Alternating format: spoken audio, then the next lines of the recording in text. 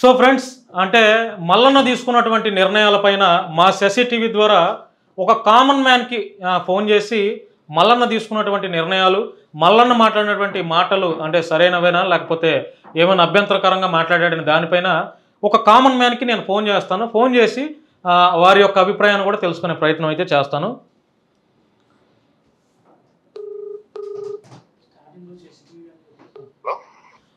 అన్న నమస్తే అన్న, నేను శశి టీవీ నుంచి మాట్లాడుతున్నా అన్న, జర్నలిస్ట్ భాను అన్న. నమస్తే అన్న, చెప్పండి అన్న. ఇప్పుడు తీన్మార్ మల్లన్న బీసీల కోసం మొన్న ఒక బహిరంగ సభ పెట్టి అనేక మంది లక్షల మంది బీసీల కోసం మాట్లాడాడు. సో ఆ భారీ బహిరంగ సభలో మల్లన్న మాట్లాడినటువంటి మాటలు అంటే సరైనవేనని మీరు అనుకుంటున్నారా? 100% సరైనదే అన్న. ఎందుకంటే తప్పేముందన్న, బీసీల గురించి మాట్లాడితే తప్పేముంటది? అంటే మాట్లాడొద్దా? అంటే చాలా మంది రెడ్డి కులస్తులు, రెడ్డి సంఘాలు మల్లన్న పార్టీ నుంచి సస్పెండ్ చేయాలి అని చెప్పి మాట్లాడుతున్నారు. అదే అన్న, ఏం తప్పు చేసిందని సస్పెండ్ అనేది క్లియర్ గా చెప్పాలి అన్న. ఒట్టిగా సస్పెండ్ అధికారం అంటే అంత వాళ్ళే ఊరని సస్పెండ్ చేస్తా అంటే నడుస్తుంది అన్న. ఓ తప్పు చూపించమని. అంటే బీసీలు, ఎస్సీలు, ఎస్టీలు, బీసీల జనాభా ఏమో తక్కువ అవుతుంది జనాభా లెక్కలల్లా, ఓసీల జనాభా ఏమో పెరుగుతుంది. అది అడిగితే తప్ప, అది సస్పెండ్ చేస్తారా? అది ఎట్లా కరెక్ట్ అన్న? ఓ తప్పు చూపేవానండి. ఇప్పుడు నేను ఏమంటున్నా, కేసీఆర్ గవర్నమెంట్ ఉన్నప్పుడు కూడా గవర్నమెంట్ వ్యతిరేకంగానే మాట్లాడండి. ఇప్పుడు గవర్నమెంట్ కు వ్యతిరేకంగా ఎందుకు మాట్లాడుతుండు? బీసీలకు, ఎస్సీ, ఎస్టీలకు అన్యాయం జరుగుతుందని మాట్లాడుతుండు. దానికి వాళ్ళు ఏ బేస్ లా సస్పెండ్ చేస్తాంటారో చూపేవానండి. వాళ్ళు అన్నదానికి ప్రతిదానికి పబ్లిక్ సమాధానం చెప్తారు కదా. కానీ కొంతమంది ఇప్పుడు ఆల్రెడీ ఎస్సీ వర్గీకరణకి కట్టుబడి ఉంటానని చెప్పి మల్లన్న స్టేట్మెంట్ ఇచ్చేశారు, అది మనందరం చూసాం. సో ఇప్పుడు మల్లన్నకి ఏదైనా జరిగితే తప్పకుండా ఎస్సీలందరూ అండగా నిలబడతారా తీన్మార్ మల్లన్నకి? 100% నిలబడతారన్న, 100% నిలబడాలి కూడా. రేపు పొద్దుగా ఇప్పుడు అదే రేపు 1000 గొంతులు 1,00,000 డబ్బులు అప్పుడు మల్లన్న సపోర్ట్ చేస్తా అన్నాడుగా. అవును అవును. అన్యాయం జరుగుతున్నప్పుడు ఎస్సీలు ఎందుకు నిలబడరన్నా? అవును అవును, 100% నిలబడవలసిందే. అవును. కానీ చాలా మంది అంటున్నటువంటి మాటలు ఏంటంటే అండి, ఒకప్పుడు బీసీలకి లీడర్ అంటే ఆర్ కృష్ణయ్య గారిని చూసేవాళ్ళు. ఇప్పుడు బీసీ లీడర్ అనగానే ఇప్పుడు చాలా మంది తెలంగాణ కావచ్చు, ఏపీ అవ్వచ్చు, మరొక అంటే కృష్ణయ్య గారి ప్లేస్ లో తీన్మార్ మల్లన్ననే ఊహించుకుంటున్నారు. దీని పట్ల మీ అభిప్రాయం ఏంటి? అదే ఆర్ కృష్ణయ్య గారు కూడా చెప్పిండన్నా, పెళ్లి నరసింహులు కూడా చెప్పారు. వాళ్ళు చిన్న లీడర్లే అన్న, వాళ్ళు కూడా పెద్ద లీడర్లే కదా. అవును అవును. బీసీలకు అండగా నిలబడుతుంది తీన్మార్ మల్లన్న అని అదే ఆర్ కృష్ణయ్య చెప్పిండు.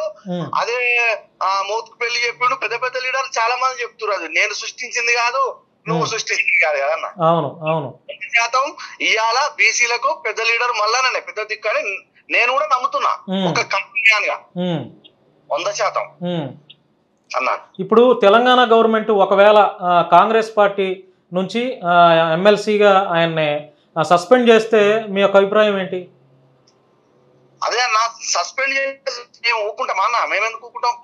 ఇప్పుడు పబ్లిక్ ఊకోరన్నా. ఫస్ట్ పబ్లిక్ ఊకోవద్దు. ఎందుకు సస్పెండ్ చేయాలి అంటే ప్రజల గురించి ఆయన గెలిచిన ఇప్పుడు ఎవరు టీచర్స్ ఎమ్మెల్సీ ఎందుకైతే గెలిచిండో దాని గురించి మండలిలో మాట్లాడినందుకు సస్పెండ్ చేస్తారా? బీసీలకు అన్యాయం జరుగుతుంది అన్నందుకు సస్పెండ్ చేస్తారా? ఎస్సీలకు అన్యాయం జరుగుతుందని సస్పెండ్ చేస్తారా?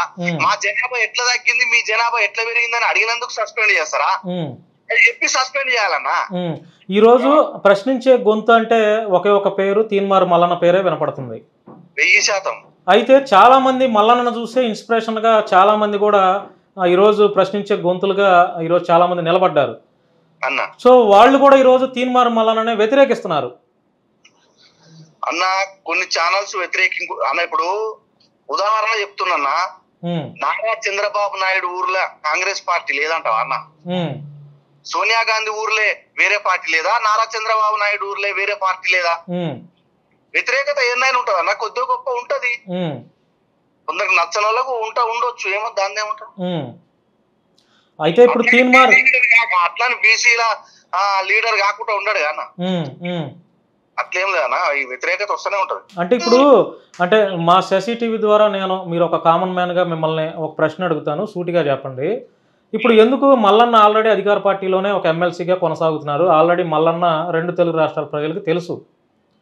ఎందుకని సరికొత్తగా ఇప్పుడు బీసీ నినాదం ఎందుకు ఎత్తుకున్నాడు ఆయన? అన్యాయం జరుగుతుందని గమనించిండు అన్న. Okay okay. బీసీలకు ఎస్సీలకు అన్యాయం జరుగుతుందని గమనించిండు. కొందరు పెద్ద లీడర్లు గమనించి కూడా నాకెందుకులే అని ఊకున్నారు. వీణ అన్యాయం జరుగుతుంది గమనించి ఎందుకు మనం ఎందుకు న్యాయం చేయకూడదని ఎత్తుకున్నాడు బీసీ నినాదం. ఏముంది? ఒక సామాన్య జర్నలిస్ట్ నుంచి ఈ రోజు హెలికాప్టర్లో దిగే స్థాయికి మల్లన్న ఎలా ఎదిగాడు అని కూడా ప్రశ్నిస్తున్నారు. దీని మీద మీ అభిప్రాయం? అంటే ఎప్పుడు సామాన్యుల్లాగానే ఉండాలి నాన్న. హెలికాప్టర్ ఎక్కకూడదా సామాన్య మానవుడు? 100% ఎక్కుతాను. హెలికాప్టర్ ఎక్కుతాము, అవసరమైతే హెలికాప్టర్ కొంటాం. ఇప్పుడు మల్లన్న గారు ఏం చెప్పిండు, హెలికాప్టర్ కొంటామని కూడా చెప్పిండు. కొనకూడదా హెలికాప్టర్? అది ఎక్కితే తప్పేముందన్న, దాని మీద పెద్ద విమర్శలు నాకు కూడా పెద్ద ఏం మంచిగా అనిపిస్తుంది. ఏముందన్న, అందరు ఎక్కుతారు. ఇప్పుడు మల్లన్న ఒక్కడు ఎక్కితే ఇంత అంటారు అన్న, ఇలాంటి వాళ్ళు వందల వేల సంఖ్యలో ఎక్కుతారు అన్న, మరి వాళ్ళని ఎందుకు అడగరు? అది చాలా సిల్లి అన్నది, సిల్లి. Right right. మరి ఫైనల్ గా మల్లన్న గురించి మీ అభిప్రాయం ఏంటి? ఫైనల్ గా ఏం చెప్పాలనుకుంటున్నారు? నా మల్లన్న ఇలాంటి ఎన్ని వచ్చినా బీసీ ఉద్యమాన్ని అయితే ఆపడన్నా. Okay okay. ఆపడు. మల్లన్న ఏదైతే అనుకుంటుండో బీసీలకు న్యాయం జరగాలని, అది జరిగేదాకా పోరాడతాడని నేను నమ్ముతున్నా. పోరాడాలని కూడా కోరుకుంటున్నా. Right right. థ్యాంక్ యూ అండి. Thank you. సో ఫ్రెండ్స్, ఇది అంటే ఒక కామన్ మ్యాన్ని మల్లన్న తీసుకున్నటువంటి నిర్ణయాలు సరైనవా లేకపోతే వ్యతిరేకంగా ఉన్నాయా, అసలు ఎలా ఉన్నాయన్న దాని మీద లైవ్లో ఒక కామన్ మ్యాన్కి ఫోన్ చేస్తే ఆయన చెప్పినటువంటి సమాధానాలు అయితే మీరు విన్నారు. సో మీరు కూడా అంటే ప్రజలైనటువంటి మీరు అంతిమంగా ఈ ప్రజాస్వామ్యంలో న్యాయ నిర్ణేతలు, జడ్జిగా ఉన్నటువంటి మీరే కాబట్టి మల్లన్న తీసుకున్నటువంటి విధి విధానాలు, నిర్ణయాలను బట్టి మీ యొక్క అభిప్రాయాలను కూడా మేము తెలుసుకోవాలనుకుంటున్నాం.